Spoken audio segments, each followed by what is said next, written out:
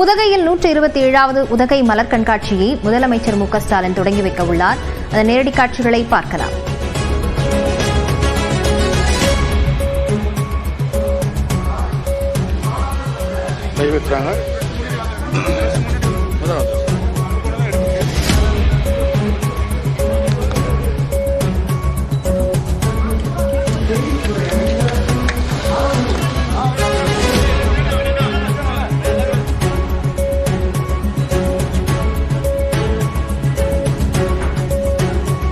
உதகைக்கு 5 நாள் பயணமாக முதலமைச்சர் மு க ஸ்டாலின் சென்றிருக்கிறார். இந்நிலையில் 127வது உதகை மலர் கண்காட்சியை அவர் திறந்து வைத்திருக்கிறார். நேரடி காட்சிகளை பார்த்து வருகிறோம். உதகை அரசு தாவரவியல் பூங்காவின் 127வது மலர் கண்காட்சியை முதலமைச்சர் திறந்து வைத்திருக்கிறார். சோழர் பரம்பரையின் சிறப்புகளை விளக்குவது போன்று இந்த மலர் கண்காட்சி வடிவமைக்கப்பட்டிருக்கிறது. விவரங்களுடன் செய்தியாளர் ஐயாசாமி இணைந்திருக்கிறார். ஐயாசாமி, விவரங்களை பதிவு செய்யலாம்.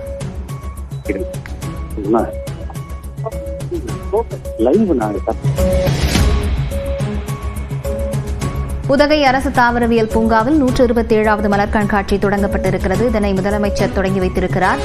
5 நாள் சுற்றுப்பயணமாக உதகைக்கு சென்றிருக்கும் முதலமைச்சர் இந்த கண்காட்சியை தொடங்கி வைத்திருக்கிறார். சோழர் பரம்பரையின் சிறப்புகளை விளக்குவது போன்ற இந்த மலர் கண்காட்சி வடிவமைக்கப்பட்டிருக்கிறது. 2 லட்சம் மலர்களால் ராஜராஜ சோழனின் அரண்மனை போன்று பூக்களால் அலங்கரிக்கப்பட்டிருக்கிறது.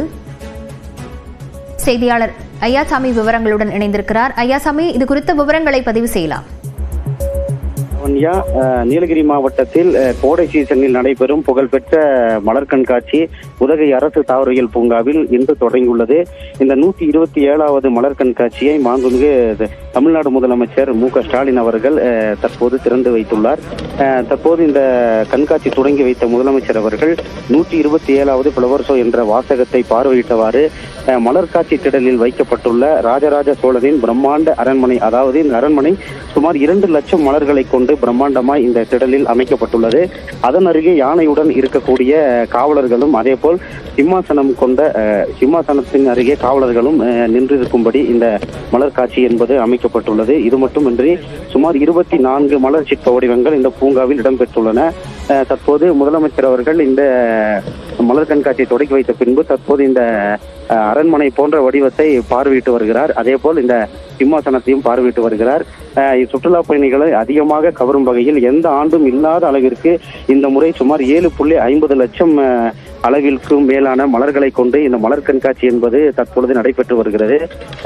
இந்த தமிழகம் மட்டுமன்றி பிற மாநிலங்களான கர்நாடகா, கேரளா உள்ளிட்ட மாநிலங்களிலிருந்து நாள்தோறும் ஆயிரக்கணக்கான சுற்றுலா பயணிகள் இந்த பூங்காவிற்கு வருவார்கள். இவர்களை மகிழ்விக்கும் விதமாக தோட்டக்கலைத்துறையும் மற்றும் மாவட்ட நிர்வாகமும் இந்த மலர் கண்காட்சியை ஏற்படுத்தி வருகின்றன.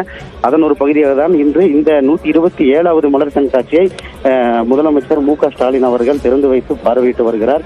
தொடர்ந்து இந்த பல்வேறு மலர் சிற்ப வடிவங்களை பார்வையிட்டு வரும் முதலமைச்சர் அவர்கள் அந்த அந்த அரண்மனை போன்ற வடிவங்கள் பிரமிப்புடன் பார்த்தும் வருகிறார்.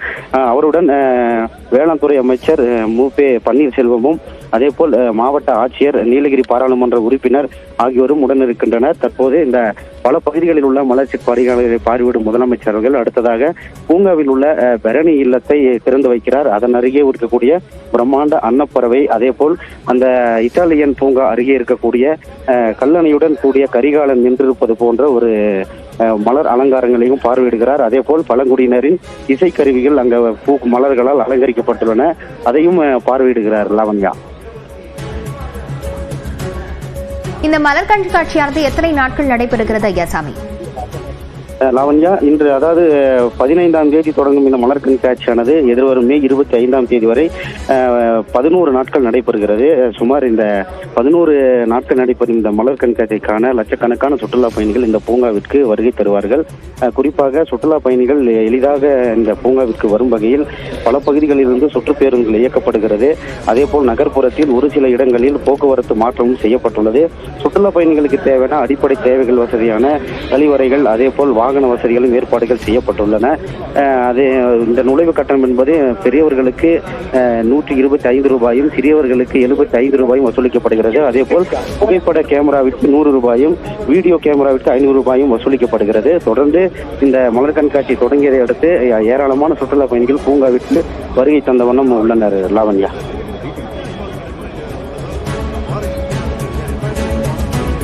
உதகையில் 127வது மலர் கண்காட்சியை முதலமைச்சர் திறந்து வைத்திருக்கிறார். 5 நாள் சுற்றுப்பயணமாக அங்கு சென்றிருக்கும் முதலமைச்சர் அரசு தாவரவியல் பூங்காவின் 127வது மலர் கண்காட்சியை தொடங்கி வைத்திருக்கிறார். காலை 7 மணி முதல் இரவு 7 மணி வரை மலர் கண்காட்சியானது திறந்திருக்கக்கூடிய நிலையில் அதனை முதலமைச்சர் இன்று திறந்து வைத்திருக்கிறார். மலர் கண்காட்சிகள் முன்பு முதலமைச்சர் புகைப்படம் எடுத்துக் கொண்டிருக்கக்கூடிய இந்த காட்சிகளை பார்த்து வருகிறோம். ஐயாசாமி, தொடர்ச்சியாக முதலமைச்சரின் பயணத்திட்டம் என்னவாக இருக்கிறது? லாவண்யா, இந்த மலர் கண்காட்சியை பொறுத்தவரை தற்பொழுது இந்த மலர் கண்காட்சியை தொடங்கி வைத்திருக்கும் முதலமைச்சர் அவர்கள் இந்த மலர் கண்காட்சி சிற்பங்களை பார்வையிட்ட பின்பு இந்த பல்வேறு துறைகள் சார்பில் இந்த அரங்குகள் மூலம் அமைக்கப்பட்டுள்ள கண்காட்சிகளையும் பார்வையிடுகிறார். அதன் பின்பு மலர் கண்காட்சி மேடைக்கு செல்லும் அவர் பழங்குடியின மக்களின் நடனங்களையும் பார்வையிடுகிறார். அதனைத் தொடர்ந்து இந்த நிகழ்ச்சிகளை அனைத்தையும் முடித்துக் கொண்டு தமிழகம் மாளிகை செல்லும் முதலமைச்சர் அவர்கள் உதகையில் உள்ள பைக்காரா போன்ற சுற்றுலா தலங்களுக்கு செல்லக்கூடியதாகவும் ஒரு திட்டமிடப்பட்டுள்ளது. லாவண்யா,